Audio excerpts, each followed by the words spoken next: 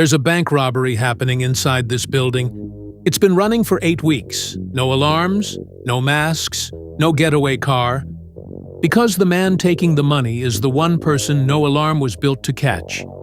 He is the CEO. Elkhart, Kansas. Population 1,900. The kind of town where the bank knows your name and your bank president sits on the school board and passes the plate at church. For 30 years, that man was Shan Hanes. And in the summer of 2023, Shan Hanes walked into a customer's office and made him an offer. Lend me $12 million for 10 days, and I'll pay you $1 million for the trouble. That sentence set off the chain that exposed everything. 11 wire transfers, $47.1 million, a federal courtroom, and a bank that no longer exists. But here's what makes this story different from every heist you've heard. The man draining the vault believed, all the way down, that he was the victim. And before he touched the bank's money, he'd already emptied his church's fund and his own daughter's college savings. Everything you're about to hear comes from the federal court record and the government's own investigation reports. No dramatization needed. How does the most trusted man in town wire away $47 million in 8 weeks? And why did nobody stop him? Start with what Elkhart lost, because you can't understand the crime without it. Heartland Tri-State Bank wasn't a Wall Street name.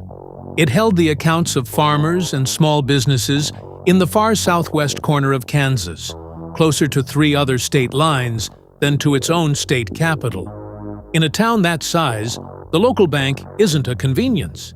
It's the credit line for seed in the spring and payroll in the winter. Shan Hanes had spent roughly 3 decades at the bank and its predecessor. He rose to CEO. He testified before Congress on behalf of community banks. School board member. Trusted at church with the money. If you'd asked anyone in Elkhart to name the last person who would rob Heartland Tri-State, they'd have named the man who ran it, which is exactly why he could. It started, as these things now start, with a message from a number he didn't know. The person on the other end didn't ask for money. That's the first thing to understand about this scheme. They talked. They built trust over weeks. And eventually, the conversation turned to an investment platform. Cryptocurrency. Impressive returns, visible on a slick dashboard anytime Hanes logged in. In January 2023, he put in his own money. The dashboard showed profits. When he tried to take those profits out, there was a fee, then a tax, then a verification hold. Each obstacle came with the same promise. Pay this one last charge and everything unlocks. Investigators have a name for this structure. Pig butchering. Fatten the animal before the slaughter. The victim isn't tricked once. The victim is farmed. By the time his own accounts ran dry, Hanes had lost $1.1 million of his own money. A rational pause never came, because at every step, the dashboard still showed his balance, growing just one fee away. So he reached for other people's money. $40,000 from his church, $10,000 from a local investment club, $60,000 from his daughter's college fund. Then, starting in May 2023, he reached for the bank. Here's the part most retellings skip, and it's the part that matters. A bank wire is supposed to be one of the most controlled actions in American finance. Dual authorization, review thresholds, a compliance officer empowered to say no. Heartland Tri-State had controls on paper. What it didn't have was an answer to a simpler problem.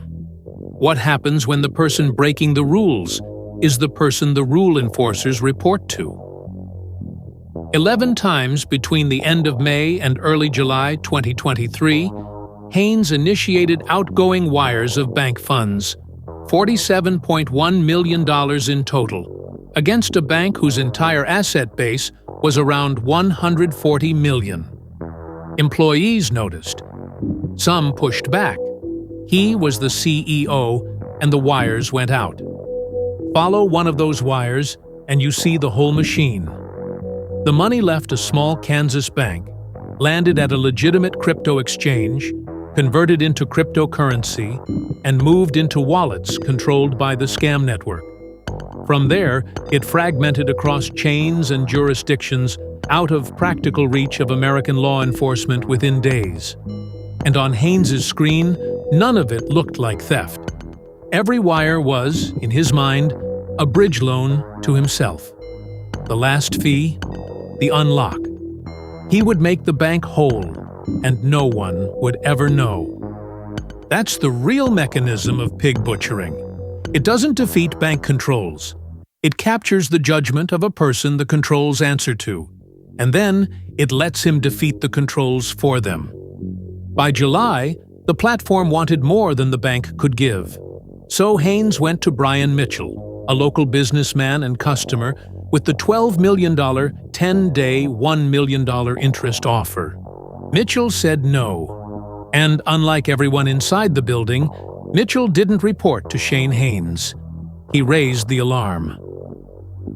On July 21st, the bank's chief financial officer notified regulators of suspicious wire activity.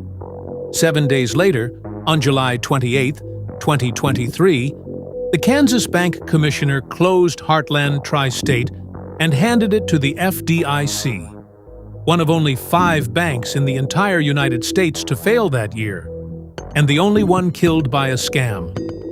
The Deposit Insurance Fund absorbed a loss the FDIC put at roughly $54 million. Depositors were made whole. The bank's local shareholders were not. Families in and around Elkhart lost about $9 million in the bank's stock, retirement money, in many cases, gone the week it happened. In August 2024, a federal judge sentenced Hanes to 293 months, 24 years and 5 months. That was 29 months more than the prosecutors asked for. The judge went above the government's own request. One footnote the headlines missed. The FBI kept tracing the money, and in 2025 recovered about $8 million, returned to those shareholders in a Wichita courtroom. Most pig butchering victims recover nothing. The scammers were never publicly identified. The network that farmed Shan Hanes is still operating, and it's farming someone right now. The same script, a different phone. Here's the thought worth leaving with. Every safeguard at that bank worked as designed. The wires still went out, because the con never attacked the system. It attacked the one person the system trusted by default. That's what makes this scheme dangerous. And it scales. It's emptied retirement accounts, and it's now killed an American bank. If you want the next case broken down from the court records, the next one is bigger than this by 3 orders of magnitude. Subscribe and tell me in the comments. At what point in this story do you think a normal person walks away? Be honest. That answer is the whole con.